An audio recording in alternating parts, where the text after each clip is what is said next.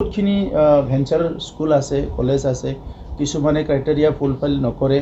তো সেইকাৰণে লাগে আমাক ইনষ্টিটিউশ্যন, কিন্তু প্ৰয়োজনতকৈ বেছি হ'লে সেই স্কুলবিলাকে মানে ছাৰ্ভাইভ কৰিব নোৱাৰে, বৰঞ্চ প্ৰব্লেমহে ক্ৰিয়েট কৰে। তো সেইকাৰণে ইয়াৰ ওপৰত কোনো কনফিউজন থাকিব লাগে বুলি মই নাভাবোঁ। 6.3 অলপ সময় লাগিছে, বাট উই আৰ হোপফুল।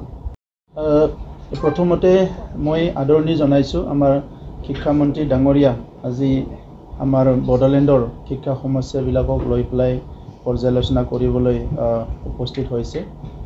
ইতিমধ্যে আমাৰ যিখিনি প্ৰভিন্সিয়েলাইজ কলেজ আছে তেখেতসকলৰ লগত ভাৱ বিনিময় কৰা হৈ গ'ল।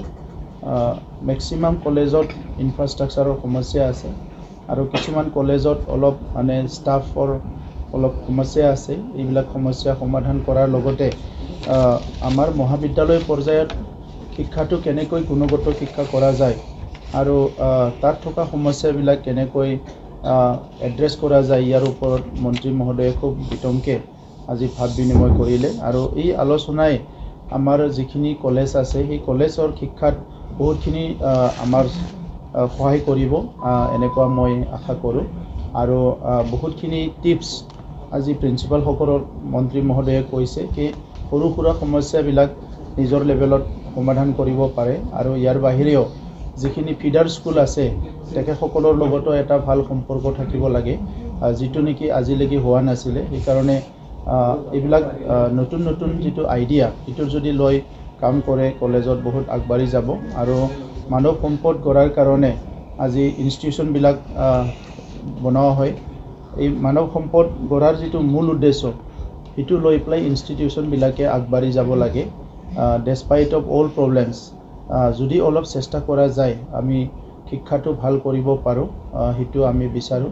আৰু আমি কাউন্সিল চৰকাৰৰ পৰা প্ৰায়ৰিটিত আমি এডুকেশ্যনটোৱে লৈছোঁ। সেইকাৰণে নতুন নতুন বহুতখিনি প্ৰগ্ৰাম আমি লঞ্চ কৰিছোঁ। আৰু অসমৰ যিটো শিক্ষানীতি আৰু ভাৰতবৰ্ষৰ যিটো শিক্ষানীতি ইয়াৰ আধাৰতে আমি কাউন্সিল লেভেলত কিঞ্চিত কি হেল্প কৰিব পাৰোঁ সেইটোৰ কাৰণে কাম কৰি আছোঁ। আৰু ইয়াৰ পিছত আমাৰ ভেঞ্চাৰ কলেজ আৰু আমাৰ কাউন্সিলৰ যিখিনি শিক্ষা সমস্যা এইটো লৈ পেলাই মন্ত্ৰী মহোদয়ে ৰিভিউ কৰিব। চ' আজিৰ দিনটোত আমাৰ বহুতখিনি শিক্ষাৰ সমস্যা সমাধান হ'ব বুলি মই আশা কৰিছোঁ। 6.3 যিটো কনফিউজন আছে সেইটো আজিৰ পৰা দূৰ হোৱা বুলি ক'ব পাৰিম। 100% দূৰ হ'ব, এইটো দূৰ হোৱাৰটো কথাই নাই। আৰু ইয়াত কনফিউজন মানে ক'বলৈ গ'লে কোনোবাইহে কৰিছে, না আমাৰ অসম চৰকাৰে কৰিছে, না কাউন্সিলে কৰিছে, না কোনোবাই কৰিছে। তো 6.3টো আগতে ক্লিয়াৰ, এতিয়াও ক্লিয়াৰ। খালি কথা আছে কি একৰ্ডৰ সময়তো কথা পতা হৈছিলে যে যিবিলাক বিদ্যালয় লোৱা হ'ব সেইখিনি নিট বেছ হ'ব লাগিব।